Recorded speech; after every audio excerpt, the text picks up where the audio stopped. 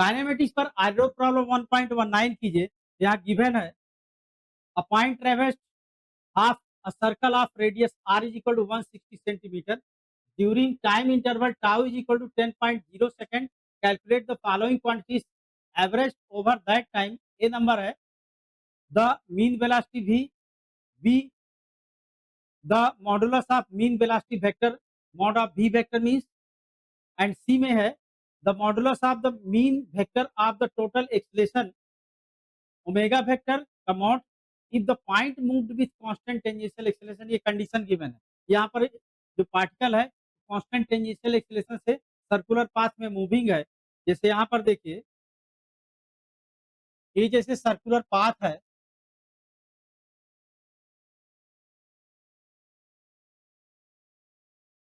इसकी radius r is equal to 160 metre given है, इसका सेंटर है। सपोज कीजिए पार्टिकल यहाँ पर इनिशियल पॉइंट ए पर t इक्वल टू 0 पर यहाँ पर है और यहाँ u इज इक्वल टू 0 से इस पाथ के अलोंग यहाँ पर कांस्टेंट टेंजेंशियल एक्सेलरेशन 80 से यहाँ पर इस सर्कल के अलोंग मूविंग है और गिवन टाइम इंटरवल 10 सेकंड में यहाँ से ये डायमेट्रिकली अपोजिट यहाँ पर इस पॉइंट पर मीन्स एक सेमी सर्कल क्लियर करके यहाँ पर अपोजिट पॉइंट बी पर पहुँचता है।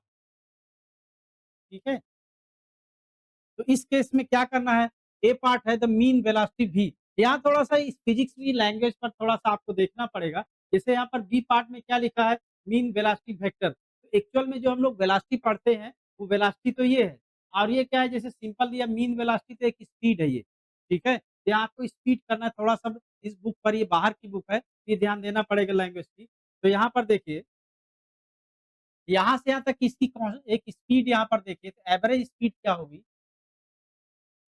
ये नंबर वी एवरेज। तो ये एवरेज स्पीड इक्वल टू क्या होता है, distance upon time interval. Travel distance D हो गई मान लीजिए upon time interval delta T. तो डी कितना है यहाँ पर, ये डिस्टेंस कितना, रेडियस आर है। ठीक है, तो कितना होगा ये pi R upon time interval tau given है। आप इनके वैल्यू पुट कीजिए तो पाई कितना 3.14, रेडियस 160 अपॉन टाउ कितना 10 सेकंड। तो इसको सिंप्लीफाई कीजिए तो यहाँ पर ये आएगा, ये 0 कैंसिल होगा और इसको मल्टीप्लाई कीजिए तो अप्रॉक्सीमेटली 50 मीटर पर सेकंड हो जाएगा। बी नंबर कीजिए तो बी में क्या पूछा गया, एवरेज वेलोसिटी वेक्टर का मॉड। ठीक है, मैग्नीट्यूड ऑफ एवरेज वेलोसिटी। तो एवरेज वेलोसिटी इक्वल टू क्या होता है, डिस्प्लेसमेंट अपॉन टाइम इंटरवल। तो ए से बी तक का जो डिस्प्लेसमेंट है पूरा ये डायमीटर की लेंथ होगी। ठीक है, तो डायमीटर की लेंथ है तो यहाँ पर वी एवरेज ये वेलोसिटी वेक्टर का मैग्नीट्यूड करेंगे तो displacement mod of delta S vector by delta T करेंगे। ये कितना है, 2r है इसका मैग्नीट्यूड बाई टाउ। ठीक है, तो यहाँ पर वैल्यू पुट कीजिए तो 2 इंटू 160 अपॉन 10 सेकेंड है। 10 0 कैंसिल, 10 से 0 तो कितना है, ये 32 मीटर पर सेकेंड हो गया।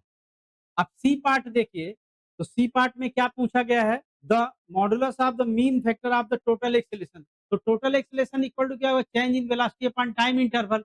उसके लिए क्या फाइनल वेलोसिटी चाहिए। तो यहाँ देखिए जैसे इस पॉइंट बी पर मान लीजिए वेलोसिटी कितनी इसकी v है। ठीक है, अब चूंकि ये एक्सेलरेशन कांस्टेंट एंड टेंजेंशियल है, इसका मैग्नीट्यूड कांस्टेंट है, डायरेक्शन चेंज हो रही है। ठीक है, मॉड ऑफ 80 एक्चुअली कांस्टेंट है।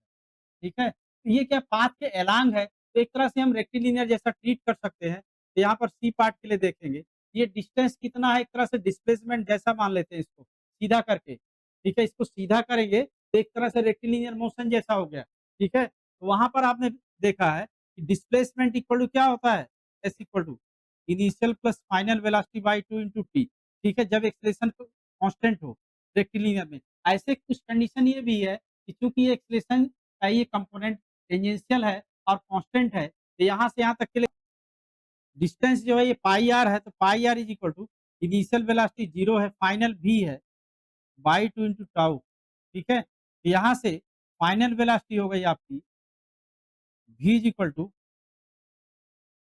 2 पाई आर बाई टाउ। ठीक है, अब एक्सलेशन वेक्टर का मैग्नीट्यूड करते हैं, देयरफॉर ए नेट वेक्टर का मैग्नीट्यूड देखो mod of change in velocity upon time interval. ठीक है, चेंज इन वेलोसिटी मीन्स क्या है? जैसे ये v है, यहाँ पर 0 है, इन दोनों का डिफरेंस होगा, v माइनस 0 का मॉड बाई टाउ यानी v बाई टाउ हो गया।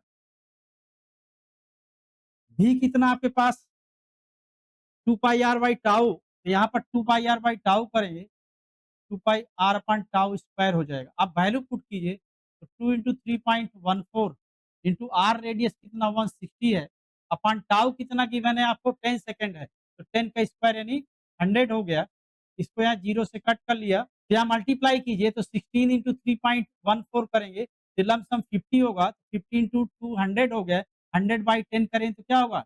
10 मीटर पर सेकंड स्क्वायर होगा, ठीक है?